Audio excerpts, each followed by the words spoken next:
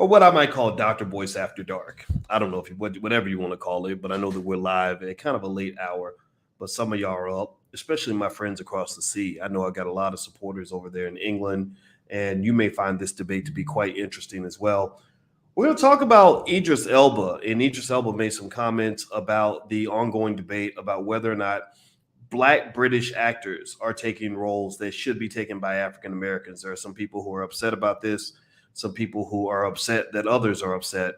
And there's a whole sort of financial breakdown on what I call the Hunger Games of racism. And I'm going to break all this down for you. So get comfortable, buckle up your seatbelt. We're going to get started on the Black Financial Channel right now.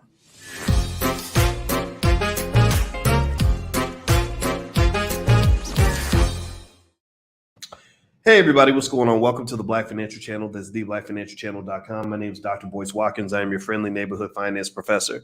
On the Black Financial Channel, we talk about Black wealth and Black economics every single day. We also talk about Black people, Black families, and the Black community. We also believe in the B1 philosophy. B1 means Black first. Black first means you put your community at the top of your priority list. Black first means Black love. Black first means Black unity. B1 means that we must be one to be successful. If you agree with this philosophy, put a hashtag B and the number 1 in the chat, hashtag B1. That's our calling card. And also shout out the city that you're from and let me know if you can hear me. I always like to make sure you guys can hear me when we get started. What's going on, 9 Millie Go Hard? How you doing? Just give me a quick yes. Let me know the audio is coming through all right. And so here's what I wanted to ask you guys about. I want to ask you, give me a yes or no in the chat also. Has anybody heard about any of this ongoing debate about whether or not British actors, Black British actors, are taking over too many roles that should, in the minds of some, be taken by African Americans? Give me a yes or no if you've seen this debate. Feel free to share your opinion. What's up, Michael Johnson, Jermaine Trusty, Mariah Jones, Miss Briscoe, I see you in there. Christina Littles, how you doing, Miss Littles? Good to see you. Mark Mitchell, B1 always from Washington, D.C. Good. I love to hear that, my brother. So how many of you have heard this debate? This is kind of interesting. I've been sort of paying some attention to it, and I think what brought my attention is the person on the screen is Idris Elba. Idris Elba is an extraordinary actor out of England, and he's a bad boy. He's good at what he does. He's very respected all throughout the world. He deserves every ounce of that respect. I've loved Idris ever since he was on The Wire. I'm sure that my wife likes him even more than I do because he's a handsome guy. He's a smart guy. He's good at what he does, and I respect that immensely. Now, here's what I wanted to kind of talk to you guys about. And actually, I'm gonna pull up a slide here. And before I do that, I want to thank our sponsor for tonight's podcast. It's valortax.com. Valortax.com, where they can get you a good tax refund and everything else. Black-owned company. It's a Black-owned business that is sponsoring tonight's podcast. So if you'd like to take a look, I hope you'll take a visit to valortax.com. Support the folks out there and thank them for supporting the podcast. Because as you know, we can't get support from just anybody, but valortax.com is one of the companies that stepped up. If you have a Black-owned business or a platform you'd like to promote, you can go to drboycefinance.com and purchase a shout out. And that's a good way to support the podcast. Also support your business. You take care of us, we'll take care of you. So with that being said, let's jump into this. So I'm going to start off from the beginning, which is a good place to start. So basically, there was a comment that was made a few years ago by this guy, Mr. Samuel L. Jackson. Now, Samuel made a sneaky quick little comment that really could have been overlooked. It wasn't intended to be offensive, I don't think. It was just his honesty, and the New York Times covered it. And he basically said something about the movie Get Out. Now, how many of y'all saw the movie Get Out and know what the movie Get Out was all about? Let me know if you saw what the movie Get Out was about, and if you even liked the movie. Let me know if you liked the movie. Some of y'all liked it, some of y'all didn't. I think Jordan Peele is the best director in Hollywood right now. I think he's super smart. He's super creative. He's super talented. I started watching. I subscribed to Paramount, I think, because Jordan Peele is doing The Twilight Zone, which, by the way, I highly recommend it. It's extremely good. So, and I also watch his comedy skits and everything. He's super versatile, super smart. I respect it. So anyway, so Samuel was referring to that movie Get Out.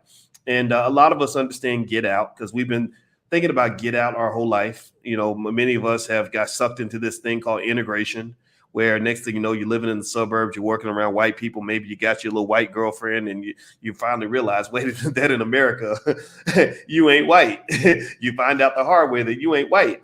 And then it's very painful because now you're trying to get out. A lot of y'all are trying to get out right now. A lot of y'all trying to get out of that job. A lot of y'all trying to get out of that whatever situation that you're in, that codependence on the system that does not love you, does not support you. And I'm feeling extra black today because I'm actually broadcasting to you from Black Wall Street. I'm actually a few blocks away from the Greenwood section of Tulsa, Oklahoma. And I'm going to tell you, I did a tour of Black Wall Street today, and I was livid. I was so angry, not just because of what happened, but because of what's happened since, and the fact that they have not given reparations for what happened to those people. The people in the community are being screwed. The black folks in Tulsa should be fighting harder, and it's really making me mad. But anyway, so Get Out was all about something that many black folks can relate to. So here's the deal. So Samuel Jackson made a quick little comment, that some thought was kind of a sneak diss, but I don't think it was intended to be that way. And he basically said, look, if that movie had been played by an American brother, and I didn't even know that this guy wasn't American. Daniel Kalu, I don't have his name in front of me, but y'all can type in the chat because I don't want to mess his name up and be disrespectful. But a lot of us didn't. I didn't even know that the brother Daniel Kaluuya, Kaluuya. How many of y'all even knew that he wasn't African American? Like, how many did y'all know that he's a British actor? They really sneak this stuff up on you. I mean, I'm not, again, just so you know, some of y'all right here are from England, and I have a lot of supporters in England, and I love all of y'all 100%. In fact, the black folks in England, we could take notes from them because when I did an event in London, both events I did in London were totally sold out. And I noticed that there were a lot of professionals and a lot of families and a lot of highly educated black folks who were serious about their lives. And I had so much respect for them. Let's just be clear. You got a lot of allies over in England that you ignore. I know as Americans, we focus on ourselves. We tend to be a little bit narcissistic and a little self-absorbed. And y'all don't understand what's going on down in England. You got some powerhouse black people in England. I've had someone on this platform, but how many of y'all knew that? I didn't even know that this brother was British. I thought he was like, from Cleveland or something. I don't know. I mean, I was really kind of floored by that. And it sneaks up on you, right? You're like, wait a minute, he's not, you can't be from England.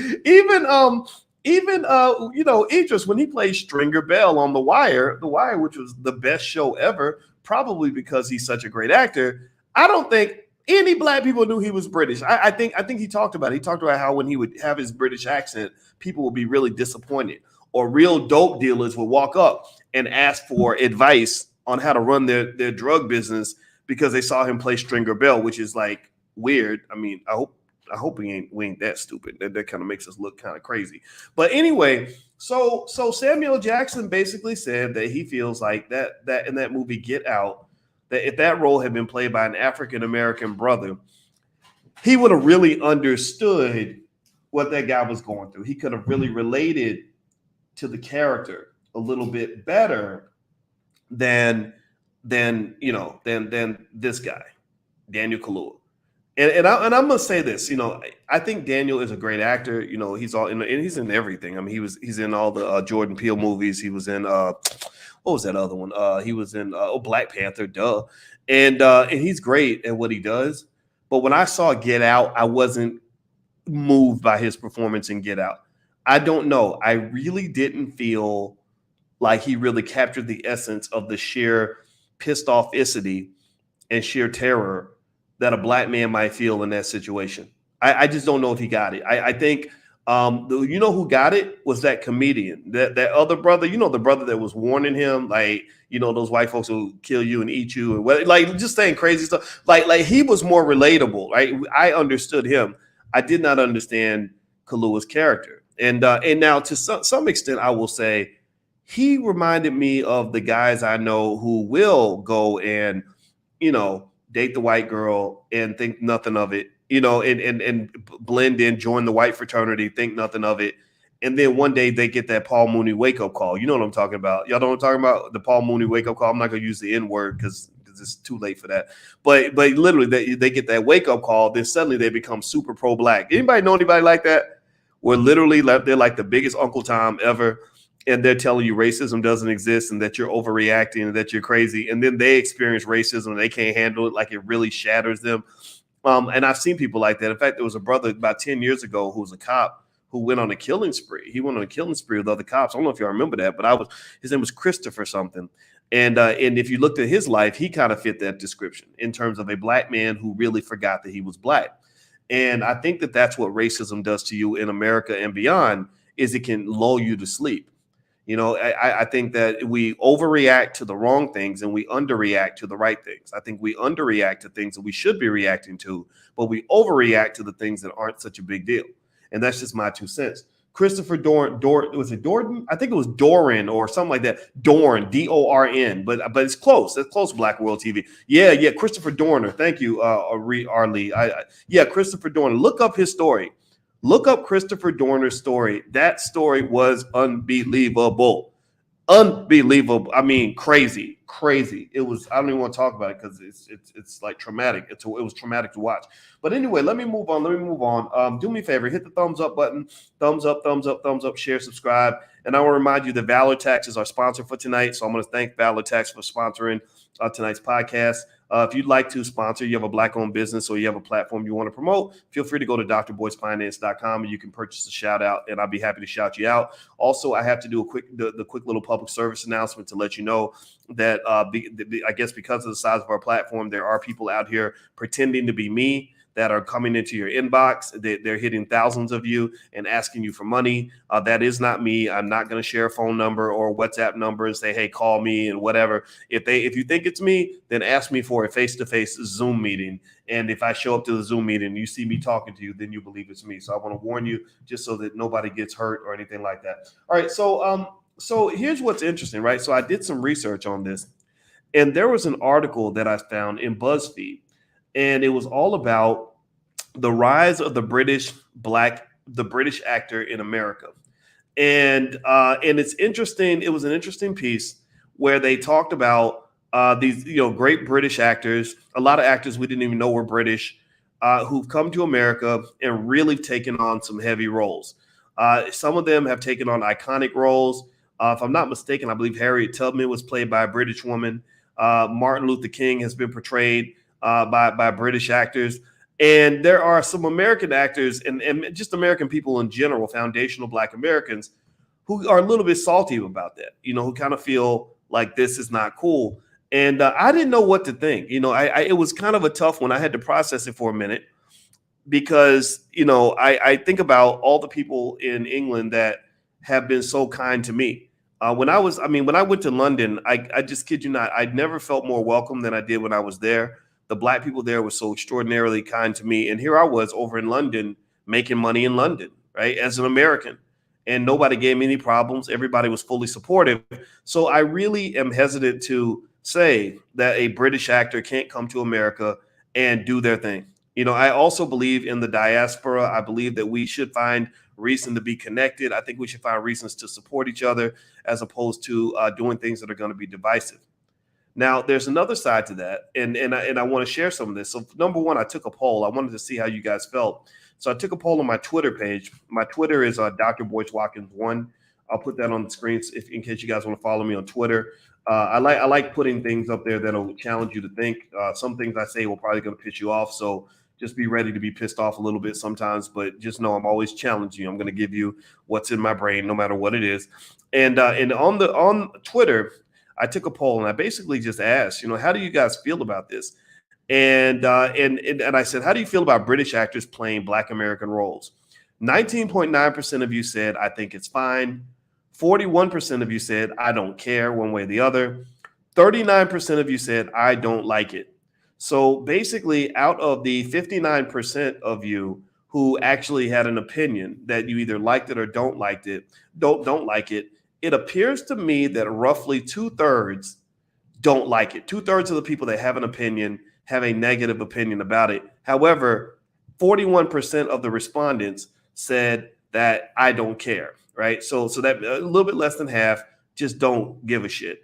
And what category am I in, man? I don't know. I mean, I don't get offended by it, but here's the thing, right? I have to be sensitive to the idea that that what you're dealing with, here's what you're dealing with right now. Let me explain what this is. And I'm gonna show you with a movie that you may know about. Has anybody ever seen this movie? What movie is this? Type in the chat. It's called The Hunger Games. Now, The Hunger Games is interesting, actually. This little white girl actually went to my middle school, but we didn't go to middle school at the same time. She went to my middle school like 20 years after me, but it was kind of crazy. In Louisville, Kentucky. She literally did. You can look it up. And her and her parents, were so excited about her career as an actress that they moved to LA so she could become famous and eventually become one of the biggest actresses in Hollywood. Jennifer Lawrence, that's her name. And so in the Hunger Games, if you recall, the storyline was basically that you had the masses of people that were all being starved. You had the masses of people that were being controlled and managed by the elite. You had the masses of people that were being oppressed. And what they would do in order to control the masses is they would grab a couple of people out of the crowd and help them live the dream. They would have 20 or 30 of them go into an arena and fight to the death over limited resources, and the winner will be paraded to the masses as a symbol of hope. So basically what they realized was this. There's a point I'm getting to with this. They use hope as a way to control the masses.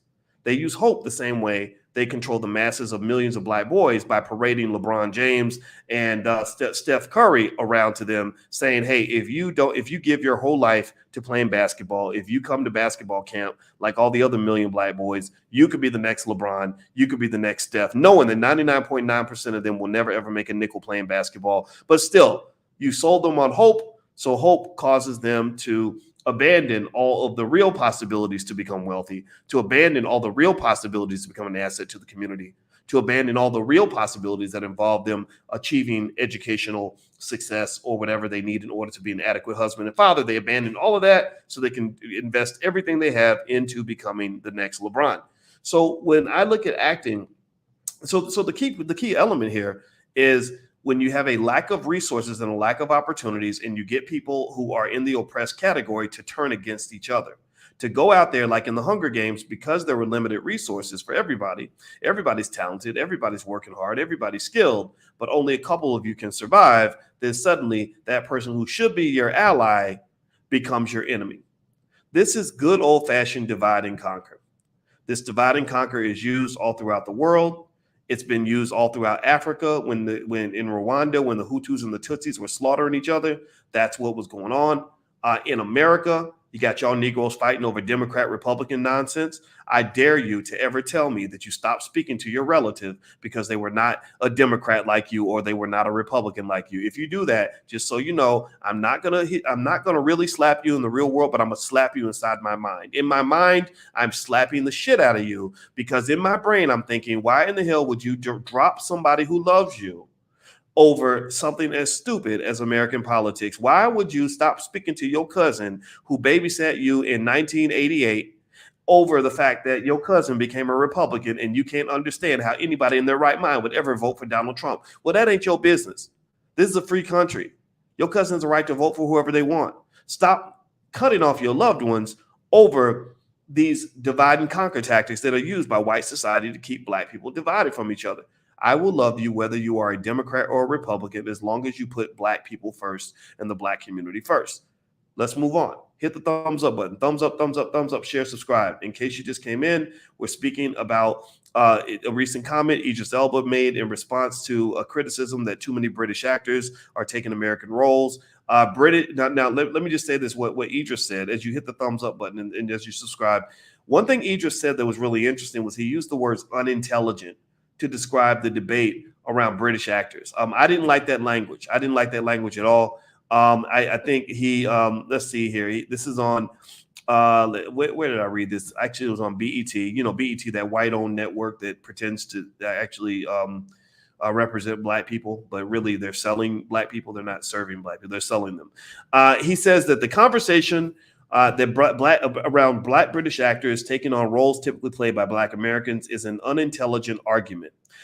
Appearing on The Shop via The Root, the British-born actor was asked by host Maverick Carter about British actor Naomi Aki playing Whitney Houston in the forthcoming biopic, I Want to Dance with Somebody. He says, you know what I noticed? You said black women in America versus an English woman, like being English makes you less black. To me, that defines how unintelligent the whole argument is. He says, no disrespect to anyone who has that feeling. It is what it is.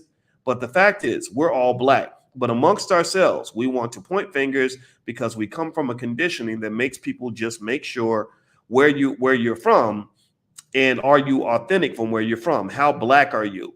Quote, it comes down to the caste system and it's annoying to me, really annoying. My grandfather fought in the Second World War for this country. U.S. comes from Kansas City. I come to this country and someone says to me, you ain't American. I'm like, huh? How dare you? Elba concluded, it's acting. Cultural appropriation is definitely something we should pay attention to, but in the acting profession, one should be allowed to play. Okay, so what do y'all think? I mean, give me your thoughts. Like, do you think that he made a valid argument or not? He mentioned his grandfather being from Kansas and that he has American roots, and that it's just wrong to really criticize, black British actors that are taking advantage of opportunities that are being presented to them. What do y'all think? I think he made a great argument in the sense of, kind of making that point that, look, just because he lives in England doesn't mean he can't have roots here. If I'm, say, I don't know, if I was a second generation Italian, I would hate to go back to Italy and have people tell me that I'm not a real Italian. I think that would be wrong. Also, I think that the point he makes about all of us being black and having to find ways to work together, and that this being the result of the caste system, those are all valid points. This is what makes this argument so tough. This is what makes this argument tough. And the reason I'm addressing this is not just because it's a black issue, but also because it's an economic issue. This is an economic issue where you have division occurring because at the end of the day, here's your big problem. The big problem is that black people don't own enough and control enough in this industry to really determine what our destiny is going to look like. The reason that you have this problem is because you've got us all fighting over scraps, crumbs, a couple little rolls, whatever little roll the white man wants to give us, we fighting over it. White boys ain't got to do all that. White boys can get in where they fit in. You got room for Leonardo DiCaprio. You got room for Jack Black. You got room for Brad Pitt. You got room for all the white boys. I mean, there's not a shortage of roles that are available to them. They're not mad because that one role being offered to one white male that year is going to somebody else. So part of your problem is a lack of opportunity. Part of your problem is a lack of opportunity. So for black folks, one of the solutions to this fighting over scraps problem that we have is the fact that we expect opportunities to be created by other people, and we should be creating opportunities for ourselves.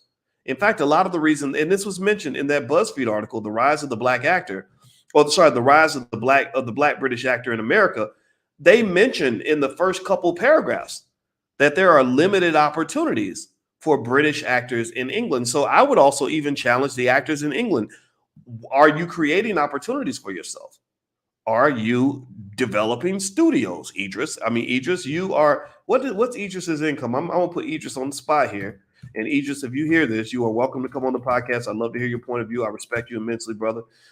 Just don't be talking to my wife because, I can't keep up with you in the looks category. But let me see here. Idris Elba, his net worth. What is Idris Elba's net worth? His net worth, he was listed as one of the Time 100 list of most influential people of the world. His films have grossed nearly $10 billion, including $3.6 billion in North America. Okay, so let's see. What's his income? I want to see how much money his brother made. He made, they said he has a net worth of $40 million, but they didn't say how much he makes or how much he makes per movie. I'd be curious to know. I'm going to guess. He seems like it. Okay, they said as much as $8 million per film. I see him as an $8 to $10 million guy, right? Okay, so cool. So Idris has money, and more importantly, he has power, he has recognition, he has clout. I would love to see where Idris is making the appropriate transition from celebrated actor to film mogul that can create opportunities for all the British actors who have to come to America to get a chance to be in a film. Am I crazy for saying that? I don't know. Give me a yes or no. Is what I'm saying outrageous? Am I being mean? Am I being pushy? Am I attacking? Does this sound like an attack? I need to know, because sometimes I say stuff and it sounds like I'm attacking somebody. I'm not really trying to attack somebody. I'm trying to attack white supremacy. I ain't trying to attack Idris Elba. Seriously. And I think that, that right there would help a lot in terms of kind of solving some of this problem. Because here's the problem. Here's your issue. Idris ain't the only one that's right in this debate. He's not the only one that's correct. He made his arguments eloquent, sharp, smooth. He's a smart guy. God bless him. But Samuel was right too. Samuel's right too.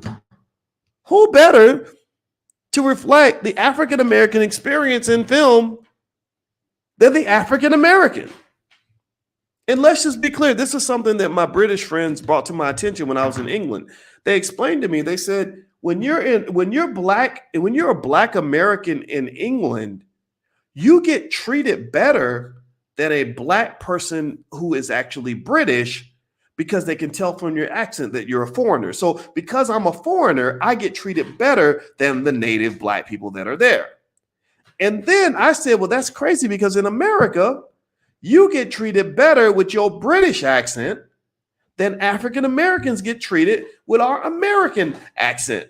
So if they know you just a regular brother from the hood, they're not going to treat you the same as if you are a British person who speaks with a certain accent, even though I know that's a terrible British accent. So forgive me, my British friends. I'm trying to imitate y'all the way y'all imitate us, but y'all do it much better than us. I mean, I was shocked that Stringer Bell was British because I mean he's been practicing. He knows how to talk like a thug from Cleveland. It's kind of crazy. But anyway, the point of the matter is to say that this all comes back to racism. This all comes back to racism, and also these arguments, these Hunger Games situations will never go away until you find a way to help everybody eat. If you don't find a way to help everybody eat, then you're always going to have the Hunger Games. And the only way all black people are going to get a chance to eat is if black people are the ones who are cooking up the food, growing the food, and serving the meals. If you are expecting the white man to feed you, then everybody ain't never going to eat, and you always going to have the Hunger Games at the end of the day. You will always have the Hunger Games as long as you are being fed by your oppressor, because they will strategically allocate the food to make you kill each other, like you a couple of Michael Vick's dogs sitting in a cage fighting over one piece of meat. Do you understand what I'm saying? Do you guys get what I'm saying? You're going to be living the Hunger Games until you learn to own and control your own shit. If you don't learn how to, let me just say this. Look, I'm probably, when I go different places, I get inspired and influenced by my environment. Right now, I'm in Black Wall Street. Right now, at this very second, I'm on the soil of Black Wall Street, a few blocks from Greenwood, Oklahoma. And I was blown away by the fact that they had so many businesses in Black Wall Street that we do not have today hardly anywhere. They had 21 grocery stores in Black Wall. I'm like, how in the hell one little neighborhood gonna have 21 damn grocery stores? They had 21 grocery stores. And do you know how many they have in that same area of the city today? One. So these black people, straight out of slavery, no resources, no affirmative action, no job opportunities, no nothing, no Pell Grants, nothing, were able to build 21 grocery stores so that everybody could eat, so that everybody would be good, so that you don't have to fight for your place in line as you all getting on your knees begging master for that one opportunity. When I go to LA, it makes me really sad. I get really sad when I go to Hollywood. And you know why I get sad? I get sad because Black actors are the most intelligent, hardest working people I've ever seen. They are intelligent, hardworking. They are disciplined. They are focused. They'll sit down. They'll study their lines. They'll show up. They'll sit on the set for 14, 15 hours a day and then do it the next day, do it 6, 7 days out of the week, and be literally doing it for free sometimes, doing it for scraps. And they're committed to their craft. They're that good. I'm so extraordinarily impressed. They're so smart. It's so amazing. The best actors are some of the most amazing people I've ever seen. And what makes me sad about it is I sit here and I think, my Lord, how is it that you have all this talent and you're all scrapping and fighting over one or two little roles that's offered to one in every 5,000 people? Why is it that you're sitting out in the hot LA sun all day long at an audition where they're going to pick 1 out of 300 of you to do this role when at least half of you are good enough to do the job? Where are the captains of industry that are going to manufacture and create enough opportunities so that Black people don't have to keep playing the Hunger Games? That's your problem. That's why in this debate, and I'm going to summarize and close it up with this debate, Idris Elba's 100% correct. I believe British actors have every right to come and get opportunities wherever they lie. I don't think anybody should beat them up or throw sticks at them because they take a great role in America. I think that, and they do a wonderful job. That many of them are classically trained. If they're good, they deserve it. And also, these are our brothers and sisters. They just happen to live across the sea. But Samuel L. Jackson is correct also. You're African Americans. Many of you are descendants of slaves. I mean, how many of you are descendants of slavery? How many of you are ADOS 100%? How many of you can trace back to your great great great grandparent and connect them to slavery? I know I can. I know that my name Boyce came from my great great great grandfather's slave master who named him Boyce. Right? Why do I carry that name? I don't know. I guess I'm just used to it. Maybe I should change it. But you know what? That's my name. That's what it's going to be. But at the end of the day, we have a lineage and a connection, and this country owes us. This country owes us. And I like the fact that Samuel took on the fire of making that comment that was going to make people uncomfortable because somebody needed to say the shit.